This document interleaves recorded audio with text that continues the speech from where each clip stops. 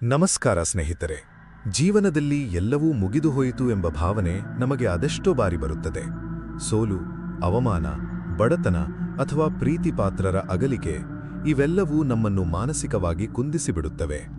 ಆ ಕ್ಷಣದಲ್ಲಿ ನಮ್ಮ ಮನಸ್ಸು ನಮಗೆ ಹೇಳುವ ಸುಳ್ಳು ಏನೆಂದರೆ ಆತ್ಮಹತ್ಯೆಯೇ ಇದಕ್ಕೆ ಏಕೈಕ ಪರಿಹಾರ ಎಂದು. ಆದರೆ ನೆನಪಿಡಿ, ಜೀವನ ಎನ್ನುವುದು ಒಂದು ಯುದ್ಧ. ಇಲ್ಲಿ ಬೆನ್ನು ತೋರಿಸಿ ಓಡುವುದು ವೀರತ್ವವಲ್ಲ. ಗೌತಮ ಬುದ್ಧ ಅಂದು ಒಂದು ಮಾತು ಹೇಳಿದ್ದರು: ಮಾನವ ಜನ್ಮ ಎನ್ನುವುದು ಕೋಟಿ ಜನ್ಮಗಳ ಪುಣ್ಯದ ಫಲ. ಇದನ್ನು ವ್ಯರ್ಥ ಮಾಡಬೇಡಿ. ಈ ಕತ್ತಲೆಯಿಂದ ಬೆಳಕಿನತ್ತ ಸಾಗುವುದು ಹೇಗೆ? ಈ ಕಟು ಸತ್ಯದ ಮಾತುಗಳನ್ನು ಕೇಳಿ. ಬುದ್ಧ ಒಮ್ಮೆ ಒಂದು ಅದ್ಭುತವಾದ ಉದಾಹರಣೆ ನೀಡಿದ್ದರು. ವಿಶಾಲವಾದ ಸಮುದ್ರದಲ್ಲಿ ಒಂದು ಮರದ ನೊಗ ತೇಲುತ್ತಿರುತ್ತದೆ. 100 ವರ್ಷಕ್ಕೊಮ್ಮೆ ಸಮುದ್ರದ ಆಳದಿಂದ ಒಂದು ಕುರುಡು ಆಮೆ ಮೇಲೆ ಬರುತ್ತದೆ. ಆ ಆಮೆ ಸರಿಯಾಗಿ ಆ ತೇಲುವ ಮರದ ನೊಗದ ರಂಧ್ರದೊಳಗೆ ತನ್ನ ಕುತ್ತಿಗೆಯನ್ನು ಸಿಲುಕಿಸುವ ಸಂಭವ ಎಷ್ಟು ಕಮ್ಮಿಯೋ ಅಷ್ಟೇ ಅಪರೂಪ ಈ ಮನುಷ್ಯ ಜನ್ಮ. ಬುದ್ಧ ಹೇಳುತ್ತಾರೆ, ನಿಮ್ಮ ನೋವು ತಾತ್ಕಾಲಿಕ, ಆದರೆ ಜೀವನ ಶಾಶ್ವತ.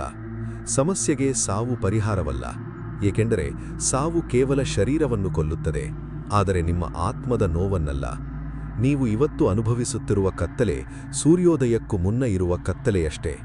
ನಿಮ್ಮ ಮನಸ್ಸು ಗೊಂದಲದಲ್ಲಿದ್ದಾಗ ಅದು ನಿಮಗೆ ತಪ್ಪು ಹಾದಿಯನ್ನು ತೋರಿಸುತ್ತದೆ. ಅಂತಹ ಸಮಯದಲ್ಲಿ ಮೌನವಾಗಿ ಉಸಿರಾಟವನ್ನು ಗಮನಿಸಿ. ಪರಿಸ್ಥಿತಿಗಳು ಬದಲಾಗುತ್ತವೆ ಎಂಬ ನಂಬಿಕೆ ಇಡಿ. ಇವತ್ತು ನಾವು ಕ್ಷಣಿಕ ಭಾವನೆಗಳಿಗೆ ಮಾರುಹೋಗಿ ಇಡೀ ಜೀವನವನ್ನೇ ಅಳಿಸಿ ಹಾಕುತ್ತಿದ್ದೇವೆ. ನೆನಪಿಡಿ, ನಿಮ್ಮ ಪ್ರಾಣ ಕೇವಲ ನಿಮ್ಮದಲ್ಲ.